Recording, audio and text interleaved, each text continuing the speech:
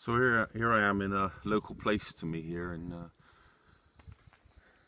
Cheddar Gorge. It's alright, there's a few rocks just fell. Oh, there's a goat. You might see some goats go past me or around here in a minute. There's actually wild goats that walk around here all the time. Yeah, I think this is quite a relevant place to talk about this subject, just because of what this means. This area particularly means to different people for different reasons. Years ago, back throughout human history, we've always had those pioneers, the people who, if a tribe was moving location, they would be, and into new territory, there would be different types of people in that tribe. There would be the people who don't, are a bit of adrenaline junkie. They don't care too much for their life. They want to live, but they would do anything. These would be the types that would try different vegetation to eat, to see what's actually edible and see whether or not it actually gives them any poisoning or kills them or feeds them. There'd be people who would test the water.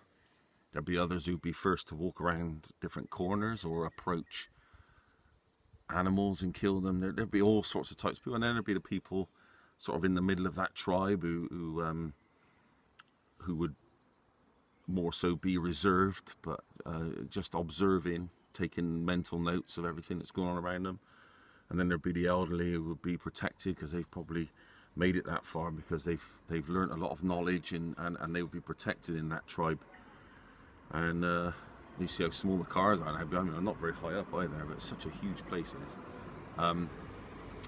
Yeah, and there would be all these different types of people within that tribe, and they would all be used for certain things. And things haven't changed throughout centuries, Nowadays, you've still got the same thing going on. You've got your adrenaline junkies. They're the ones who would go, you see on YouTube, doing cliff diving and everything else, testing new boundaries, borders. Can we do this? How deep can we dive as a human race? How high can we jump off a cliff into water? All these things. How much can I eat 4 of these hot peppers in a row? Whatever it may be, you've got that type, the sort of sacrificial type, if you like. Then you've got your people who sort of get entertained by that. Then you've got your observers who will take notes of what's going on from a behavior point of view, from observing others' reactions around what archetypes are playing out, whatever description you want to use for what's going on. And you would get the wiser people who would be trying to advise those people against it, maybe giving over their information of what they've learnt during their life. There's lots of different things to do with this cycle that you find in life. And, what I'm trying to say is what we're actually in at the moment with society is the fact that we have now... we're in lockdown at this moment. I can't even remember the date, to be honest. Not that it interests me anyway, the date. I know it's Sunday. I know it's Easter Sunday, so God knows what date. So that's how observant I am with times, dates, and all that illusion, and celebrating certain things. But what you've got now is, as these restrictions come on, you've got those same archetypes playing out. You've got the types that want to push. In some countries there would be like roadblocks, and there'd be the sorts who would walk up to the roadblocks and start pushing those officers or army or whatever about, and having a go at them and prodding them and poking them to see how far they would go, whether or not they would shoot them, or whether they're sort of standing up as martyrs, pushing them, the boundaries. And then you have you have people trying to pull them back from that cliff edge and saying, don't do this. It just makes things worse for us. Then you have the observers, people who see how that's actually reacting, to study it, as in human behavior. Where are we? Where are we in this cycle? What's coming next? How far will this system, is it happy to go and let these enforcers get away with? Are they being legally backed, or are they being just primed and used as cannon fodder in the same way as the types who walk up to them are? And then you've got the elders who just sit back and they just isolate themselves. You know, you've got all these different types. And this will sound really strange, but I'm going to finish off with just, you know, just to point that out as a part of a cycle. This will sound really strange, trying to tie this in with this video, but before all this come along, I knew there was a breakdown in society that had to happen. I knew that things couldn't last the way they were. I mean, they were at the end of a phase. We all knew that, you know, those of us who were aware knew that in 2008 we were at the end of a financial cycle, and ever since that cycle, we've been in a state of these people who are shoring up, these people who feel that they sort of own us through corporations and God knows what else, and because they're billionaires, trillionaires, whatever, they're putting themselves in a position where they're protected from the collapse of the currency and the collapse of the world economy. They've been, you know, putting pensions up at risk, putting people's homes up at risk, gambling all they want, and doing things, setting it all up so that they're not the fall guys. You know, they're remortgaging people, so they're bought into new rules behind the scenes. Loans come out with new agreements where they can indefinitely almost take it from your profit in the future or whatever you do. You've got this sort of cycle going on, and I knew this was coming. And when I used to come up here, this is the reason for doing my video here. When I used to come up here, there was a lot of young people always hanging about. Anybody who knows Cheddar Gorge knows it's known for its car scene. It's known for young people, and that's rich and the poor. You know, some people got the Nissan Micros and things like that. They've tried to stick a turbo on, or they just any old car that they maybe don't treat so good. But they do racing and rallying up through this. Same with the bikes, super bikes. You might see some here, hopefully, while we're on the film.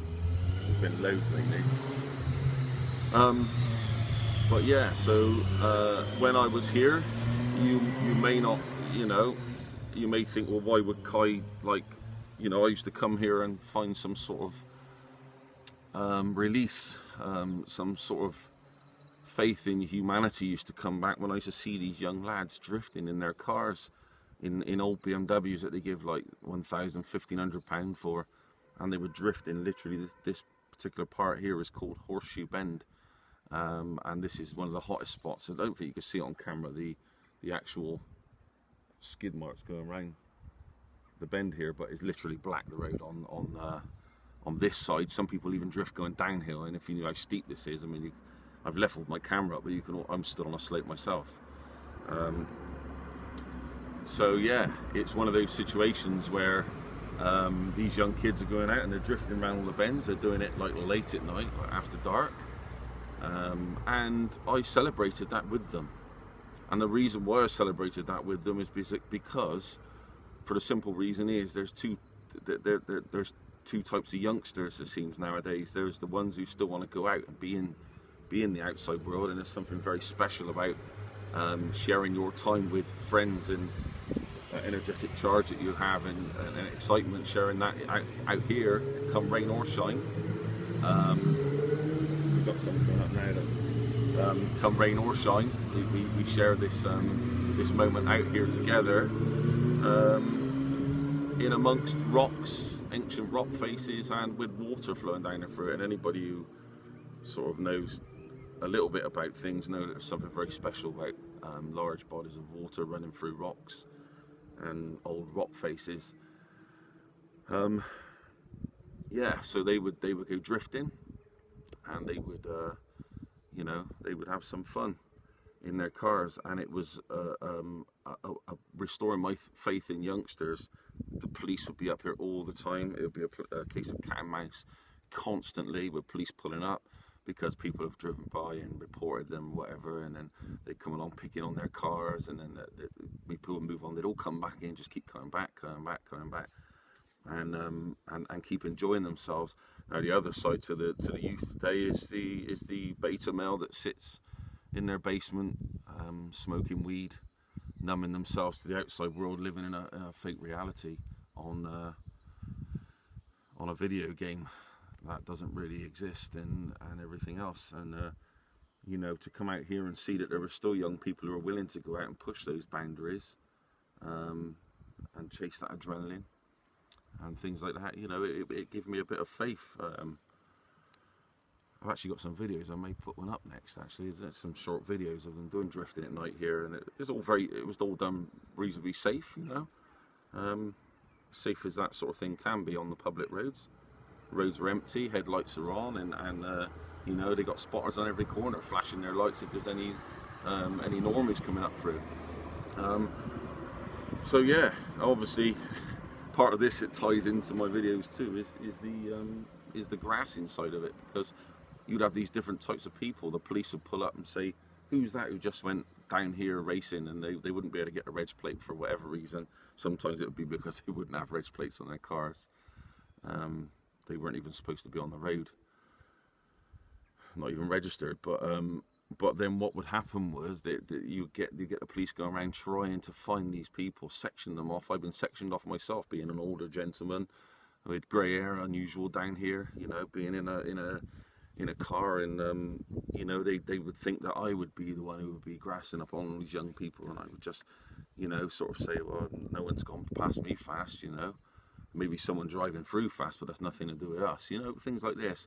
But then there would be that group, that one person who the police would come over and ask, and they would feel energized by that power that the police have now given them to grass up on somebody, and they would get their phones out and actually show the police their Facebook page, and the police would take down their names and go and trace them from that. Now, apart from that, they would have got away with that forever.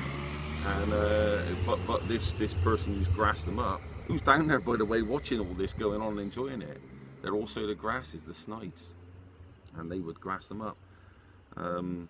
Yeah, so that's a lot to cover in one video, but you know, you get the gist of what I'm saying here, and how things are going. It's lovely to see all the roads so quiet. I think this is a very positive time in our evolution, because we've had a chance to go within, like I said before.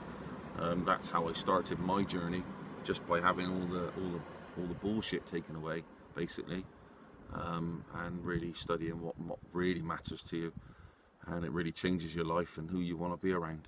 So yeah, I'll leave it there. We haven't any drifting going on behind us, but then most of that happens at night, and there's not many out, to be honest, considering, you know, what it's like at the moment. So yeah, speak soon. I'll upload a video after this one of some of the drifting that goes on late at night, and it was really busy. This was New Year's, so it was real. You know, there was hardly anybody out in cars, if you know what I mean, except for this lot who weren't drinking, and they were driving, and they all come to celebrate together. All stood around, all total strangers. Beautiful time, you know, life-changing.